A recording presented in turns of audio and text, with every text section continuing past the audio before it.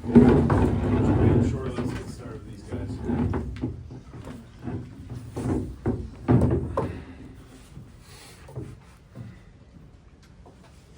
Go ahead, Adam. Yaxel Underberg was in here a few minutes ago, and he said that you guys don't belong in the same areas, that they just feel like they're that much further ahead of you guys. What do you think the talent difference is between your roster and what Michigan has? Yeah, one more time. When Yaxel was in here, he said that Ohio State's a good team, but they don't belong in the same conversation as us. What do you think the talent difference is between what you guys have and what Michigan has? I don't think it's a talent difference. Today there was a better team, but we let the small things affect us today.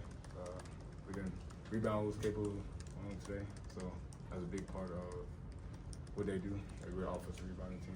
They give themselves extra possessions. So like when you give up a lot of offensive rebounds to a good team, it's hard to beat them. So that's one area we could be better at. Us is communicating. And when you don't do them two things at a high level, just a good team, it can get out of hand. So. What do you think? Yeah, what you said.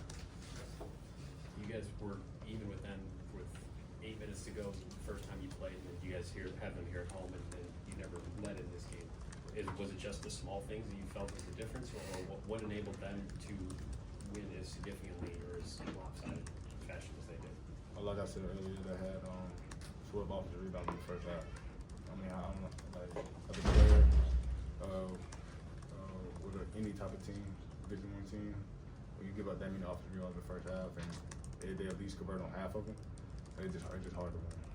We was getting the stops, but with the caliber of shooters and length and athleticism they have, like, it's just hard to beat teams like that. So if you go back to the drawing board, I don't think there's really a talent gap, but they're just a better team today. That's it.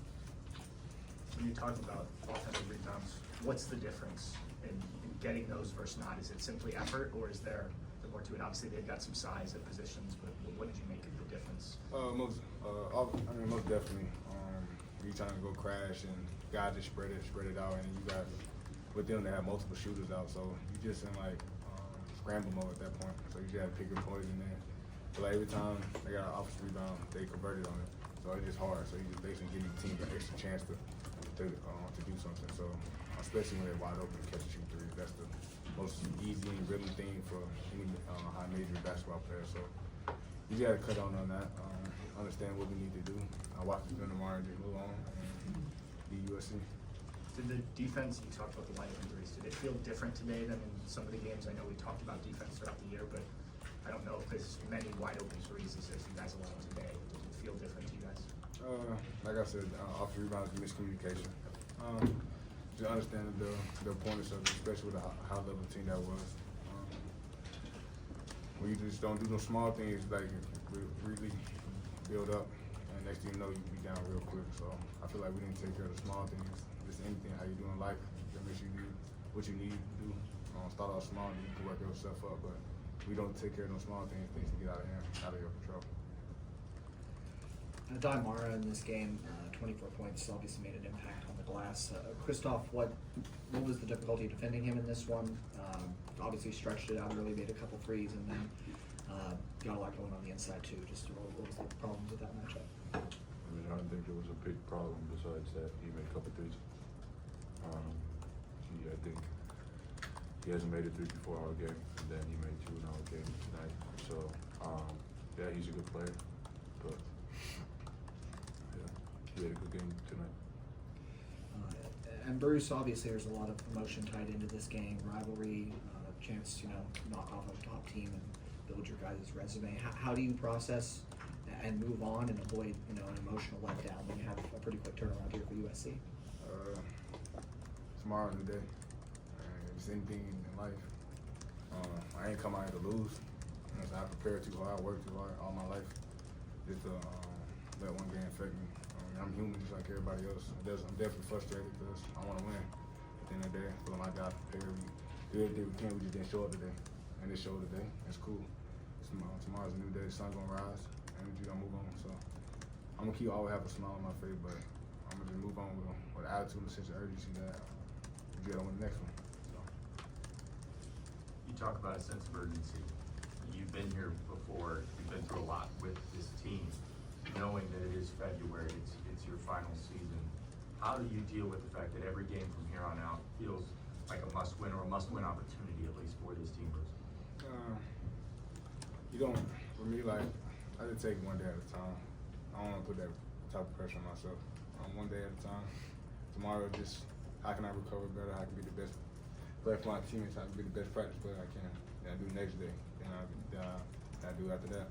I really don't think about must-win games because you don't want to put that type of pressure on yourself. I used to before, but I understand that we need to win games. I'm not delusional. I'm not trying to psych myself out, but we do need to win games. We do need to do the little stuff. We need to communicate at a high level to make the run that we need. And we're very capable. I don't care about anybody else thinks. I care about the guys in my locker room, and that's it. I feel like we can get the job done. So. You're obviously the leader of this team. Do you say anything to the team after a loss like this? Will you say anything tomorrow? Or do you guys, as you said, just show up with the sun rising and try to move forward? You most definitely got to say something. You can't say nothing unsaid, especially like a loss like this. I feel like we're older, we're mature, we have a close-knit group where we say how we feel, because we're trying to win. You got to take emotion, you got to take everything out of it because that plays a factor. You think getting emotions, but everybody just trying to win at a very high level. So I feel like we're all just gonna figure it out tomorrow. I understand what we need to do, brush it off, and win tomorrow practice. So that's the only goal for now. All right, one more over here. So you make the early 3-pointers, and then it looked like was it something they did, or did you just stop looking for those? Looked like you were passing, giving the ball away instead of looking for that 3. I was not trying to force it. I mean, I was trying to make the right read. When I was open, I shot it, and when I felt like, okay, we can get a better shot than that, I was trying to pass and create fouls. Bruce, last thing, when you see a team like this, like Michigan, is that do you judge yourself against them, like that's where we need to get to, that level, or not? No. They ain't us and we ain't them. I would never judge myself and compare myself to the other teams. I just worry about the guys in my locker room and my coaching staff and just how State. And that's the only thing I care about. And I want to do better tomorrow. Like today we came up short, and we know that, gonna own that. It's me just growing up, speaking to my teammates what we need to do to get better, but I'll never compare myself to any other team. I just try to make sure my guys stay intact, what we need to do and be better for tomorrow. That's it.